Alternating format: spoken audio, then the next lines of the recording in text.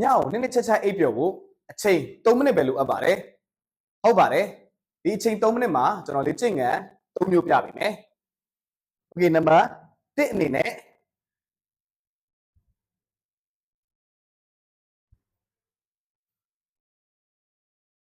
ဒီပုံစံကိုစက္ကန့်20လုပ်ပေးပါ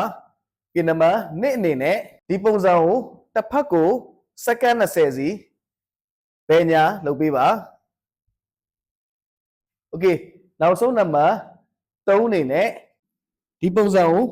စက္ကန့်20ထိန်းထားပေးပါโอเคအခုပြပေးသွားလေ့ကျင့်ခန်းကိုမိတ်ဆွေတို့ညမအိတ်ခင်နေ့တိုင်းလုပ်ပေးမယ်ဆိုရင်မိတ်ဆွေတို့ညအိတ်တဲ့ချိန်တကူလုံးညောင်းညကြိုက်ခဲတာလဲတတ်တာပြီးတော့မိတ်ဆွေတို့နည်းနည်းချက်အိပ်ပျော်ဖို့အတွက်လည်းအထောက်အကူပြုလိမ့်မယ်โอเคဒီဗီဒီယိုဘယ်မျိုးကကြည့်နေလဲပြီးတော့ဘယ်ချိန်မှာကြည့်နေလဲဆိုတာ comment မှာမှတ်ခဲ့ပြီပါโอเคအားလုံးကျေးဇူးတင်ပါတယ်